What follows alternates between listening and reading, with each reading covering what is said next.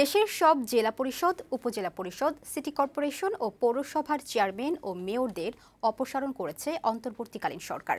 এসব স্থানে সরকারি কর্মকর্তাদের প্রশাসক হিসেবে নিয়োগ দিয়ে প্রজ্ঞাপন জারি করেছে স্থানীয় সরকার মন্ত্রণালয়।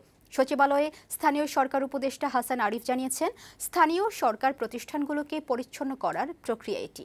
কাজী ফরিদের প্রতিবেদন। সোমবার স্থানীয় সরকার বিভাগ দেশের ৬১টি জেলা পরিষদ ও ৪৯৫টি উপজেলা পরিষদের চেয়ারম্যান এবং ১২টি সিটি কর্পোরেশন ও ৩৩০টি পৌরসভার মেয়রকে অপসারণ করে প্রজ্ঞাপন জারি করেছে।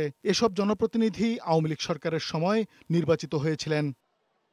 জেলা পরিষদের চেয়ারম্যানদের অপসারণ করে ৮টিতে অতিরিক্ত বিভাগীয় কমিশনার এবং বাকিগুলোতে সংশ্লিষ্ট ডিসিদের প্রশাসক হিসেবে নিয়োগ দেওয়া হয়েছে। আর উপজেলা পরিষদগুলোতে সংশ্লিষ্ট উপজেলার ইউএনওদের প্রশাসক নিয়োগ দিয়েছে অন্তর্বর্তীকালীন সরকার।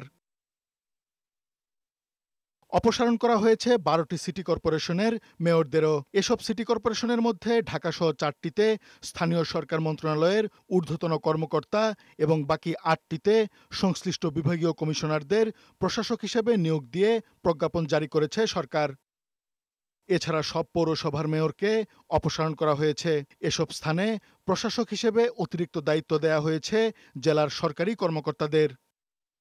সচিবালয়ে সংবাদ সম্মেলনে স্থানীয় সরকার উপদেষ্টা হাসান আরিফ বলেন, পুরনো শাসকদের সাথে সম্পর্কিত কাউকে না রাখার দাবির প্রেক্ষিতে এই অপসারণ ও নিয়োগ।